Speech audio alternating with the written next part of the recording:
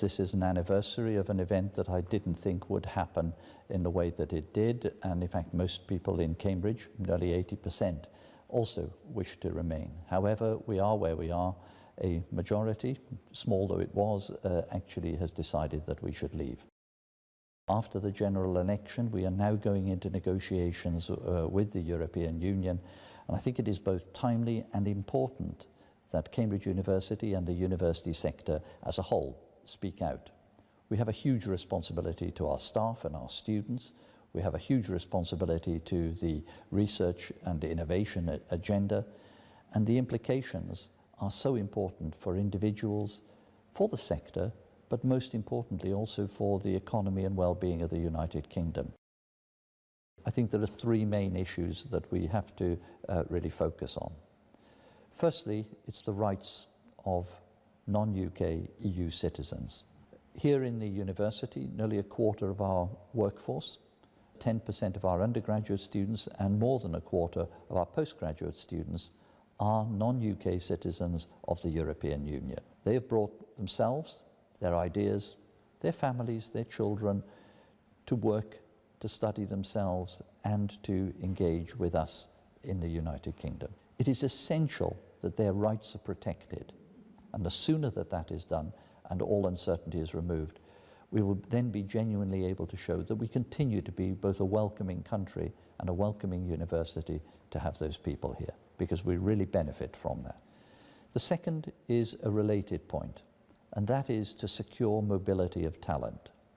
Academics around the world engage very strongly with ideas that do not recognize the conventional international boundaries that exist. Ideas flow around the world in a truly global and international sense. That means that to continue to attract the very best talent from around the world to work here in Cambridge is an essential part for us to remain at the forefront of that traffic of ideas. So being able to recruit from the European Union and from elsewhere in the world easily and openly in a country that is welcoming, that will help secure not just Cambridge's competitiveness, but the United Kingdom's competitiveness.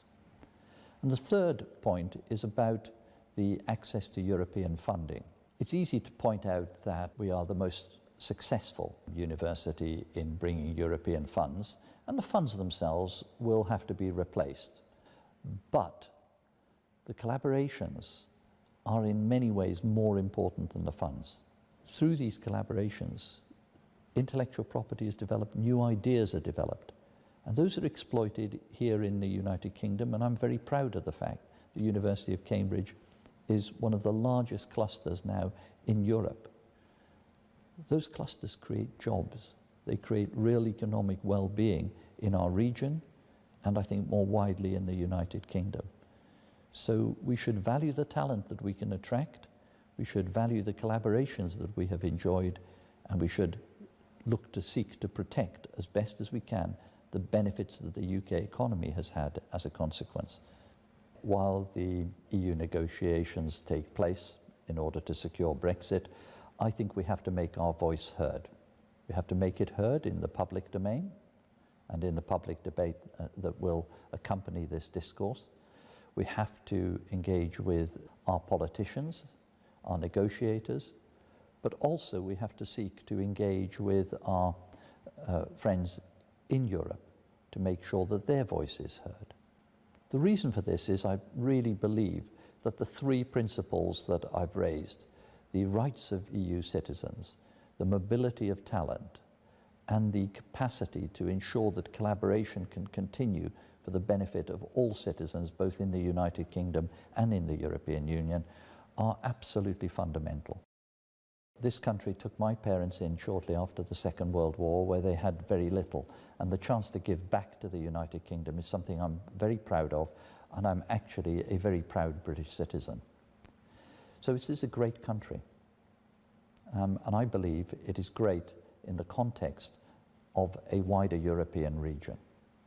Now, Brexit discussions will actually change the nature of that relationship between the United Kingdom and Europe. However, we're still part of the same continent.